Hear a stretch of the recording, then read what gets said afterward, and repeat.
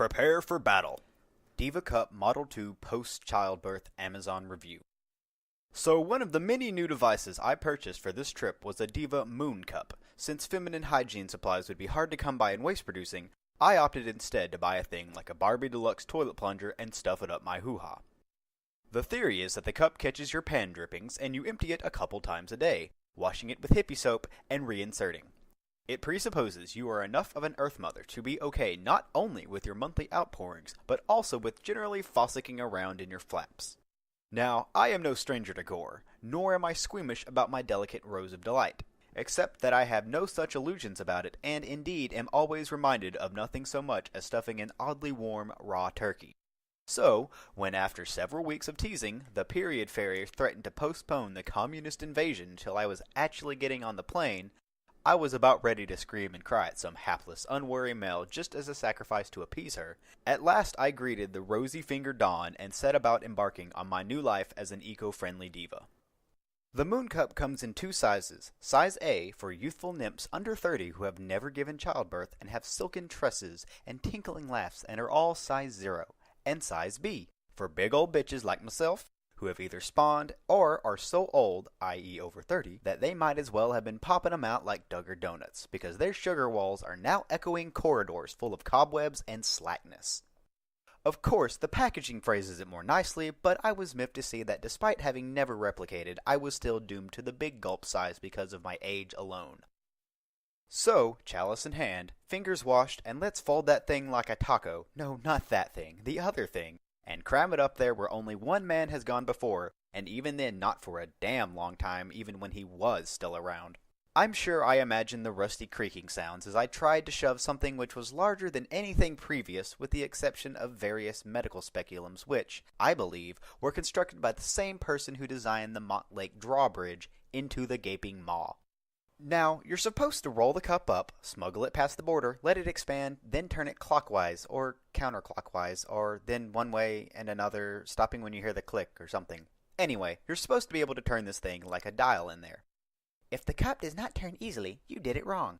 Oh, of course, I'll just grasp hold of a thing about the size, shape, and slipperiness of the pointy end of a peeled, hard-boiled egg, which is now buried in the meaty fold of my innermost femininity, which, I may add, are well sluiced with the special effects from a Quentin Tarantino film, and spin that sucker like a dreidel.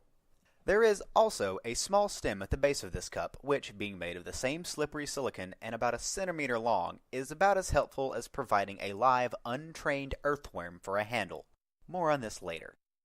So, rotate this thing in situ to ensure a good seal and a comfortable fit. Does not happen. Ladies and gentlemen, although I hope for your sake none of you gentlemen are reading this, I tried. I hauled that thing in and out of there more times and with much less joy than Eeyore with his birthday present, and not once could I get that thing to turn easily. I finally gave up since it seemed, at one point, to be fully inflated and more or less in the right place. Frankly, I think that having left my furrow unplowed for so long, I'm not exactly the proper degree of hot dog hallway that the instruction writer was intending to address, but so be it. Let's give this thing a whirl if we can't give it a twist. Fast forward a few hours in which I've done nothing much. To its credit, I don't feel the presence of the cup at all. No discomfort, not even a vague sense of as I sometimes have when knowing that all that stands between me and my khakis is a small cottony Dutch boy. In fact, I'm getting rather concerned that the Diva Cup has wormed its way in like some sort of parasitic jellyfish and is now eagerly migrating up my fallopian tubes with me all unknowing. Time to go fishing.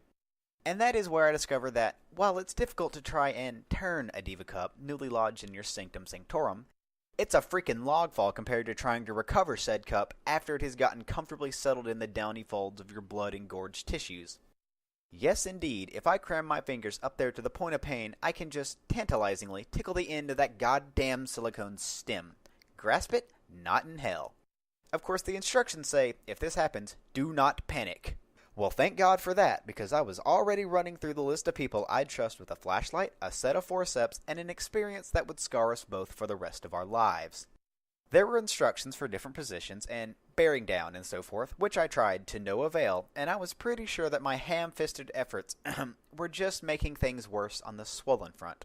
So Diva and I took a break and retired to our respective corners for an hour or so. Now I brought out my secret weapon, beer. If, God's help me, I ever have to have a baby, I intend to be drunk off my ass for the delivery. And I sure hope that the fairy prince Unicorn Elvis, who is my chosen baby daddy, will provide a bedside IV of godly ambrosia. Or at least Jim Beam. But anyway, 2 beers and I'm good to go spelunking in quest of the Holy Grail once more. Either the beer, or the break, or the combination of all these and squatting on the bath mat like a Neanderthal crapping finally produced enough of that goddamn stem to grab, which was good because I was dreading having to use the kitchen tongs up there or something, and with a surprising amount of horrible suctioning discomfort, the invader was routed. And, wonder of wonders, it was indeed partially filled. Not filled with delicious candy, no, but it did seem to have been, working, before I so rudely dislodged it from its parasitic feeding. I felt a combination of grudging respect and intrigue, as one might upon meeting a foe worthy of their steel. Provided we could agree to disagree on the whole turn 360 degrees in place aspect, perhaps this could indeed be a workable partnership. Better than bleeding into the Rupanuni and attracting every caiman, piranha, and Kindiro fish for 50 miles. But not without some boundaries first. I tied a rope to that stupid stem this time.